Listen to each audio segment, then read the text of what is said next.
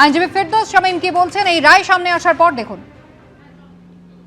আজকে মহামান্য বিচারপতি সঞ্জয় কারোল এবং মহামান্য বিচারপতি প্রশান্ত কুমার মিশ্রার bench confederation of state government employees অর্থাৎ মলয় মুখোপাধ্যায়দের করা যে মামলায় 6 বার জিতেছে confederation of state government employees অর্থাৎ রাজ্য সরকারি কর্মচারীরা, সেই মামলায় আজকে মহামান্য বিচারপতিরা একেবারে ডিসাইড করে দিয়েছেন যে ডিএ কর্মচারীদের জন্য লিগালি এনফোর্সেবল রাইট, যে কথা কলকাতা হাইকোর্ট বলেছিল সেই কথাই আজকে মহামান্য সর্বোচ্চ ন্যায়ালয় বলেছে এবং কর্মচারীদের জয় হয়েছে এবং অলরেডি 25% এরিয়া ডিএ যেটা দেওয়ার কথা অন্তর্বর্তীকালীন নির্দেশ হিসেবে দিয়েছিলেন আজকে বলেছেন 31শে মার্চের মধ্যে সেটা মিটিয়ে দিতে এবং একটি কমিটি তৈরি করে দিয়েছেন।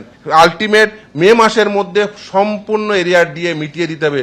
2008 সাল থেকে 2019 সাল পর্যন্ত যে এরিয়া ডিএ যেটা ক্যালকুলেশন করতে হবে ডিএ এআই সিপিআই অনুযায়ী ক্যালকুলেশন করে কর্মচারীদের সম্পূর্ণ ডিএ মিটিয়ে দিতে হবে। অর্থাৎ যে কর্মচারীদের পক্ষ থেকে যে কথা প্রথম থেকে বলে আসছিলাম, এই 2016 সাল থেকে যে লড়াই শুরু হয়েছিল 2016 সালের নভেম্বর মাস থেকে আজকে 2026 সালের 5ই ফেব্রুয়ারি সর্বোচ্চ ন্যায়ালয়ে সেটাই প্রতিষ্ঠা পেল। একেবারে বড় নির্দেশ সর্বোচ্চ আদালতের। পঞ্চায়েত সভায় লড়াই সংগ্রামী যৌথ মঞ্চ শেষ পর্যন্ত ঢোকবার পরেই এই রায় সুপ্রিম কোর্টের থেকে বেরিয়েছে এবং যে সমস্ত শিক্ষক কর্মচারী অবসরপ্রাপ্ত কর্মচারী বোর্ড কর্পোরেশন পঞ্চায়েতের কর্মচারীরা আমাদের পাশে ছিলেন, আপনারা আমাদের পাশে থাকুন। যে টাকা আপনারা তুলে দিয়েছেন, সুব্রমণিয়ামে ফিস দেওয়ার ক্ষমতা আমাদের ছিল না, সেই টাকা আপনারা তুলে দিয়েছেন এবং সেই টাকা দিয়েই আমরা এই মামলায় জোর লড়াই জিতেছি। আইনজীবী করুণানন্দী কি বলছেন একবার দেখবো। On dearness allowance, because dearness allowance is that portion of salary that makes living possible in an economy that where there is inflation. So 25% interim order was given earlier. By what that amount needs to be paid to the employees? there will be no double payment.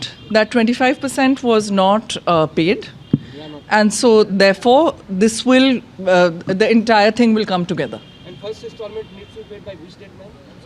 The details we will see when the entire judgment comes. But the employees have got what they wanted from them. Yes. So today it is a big win for the employees. Yes. Is there any timeline by when the state government have to pay the entire thing, or the DA? The court has set a timeline.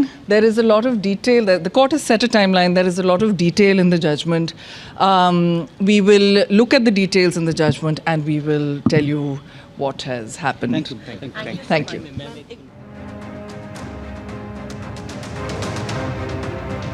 বিস্তারিত judgement সামনে এলেই জানা যাবে, এমনটাই আইনজীবী করুণানন্দীর বক্তব্য আপনারা শুনলেন না। রীতিমধ্যেই সুপ্রিম কোর্টের বড় ঘোষণা, বকেয়া ডিএ রাজ্য সরকারি কর্মচারীদের যা রয়েছে তার 25% 31শে মার্চের মধ্যে মিটিয়ে দিতে হবে এবং সেই সংক্রান্ত রিপোর্ট 15ই মের মধ্যে রাজ্য সরকারকে জমা দিতে হবে সুপ্রিম কোর্টে এবং বাকি 75% বকেয়া ডিএর ক্ষেত্রে একটি কমিটি তৈরি করা হবে যেখানে 4 সদস্যের এই কমিটি, যেখানে অবসরপ্রাপ্ত বিচারপতির নেতৃত্বে থাকবেন তারা। এবিপি আনন্দ এগিয়ে থাকে, এগিয়ে রাখে।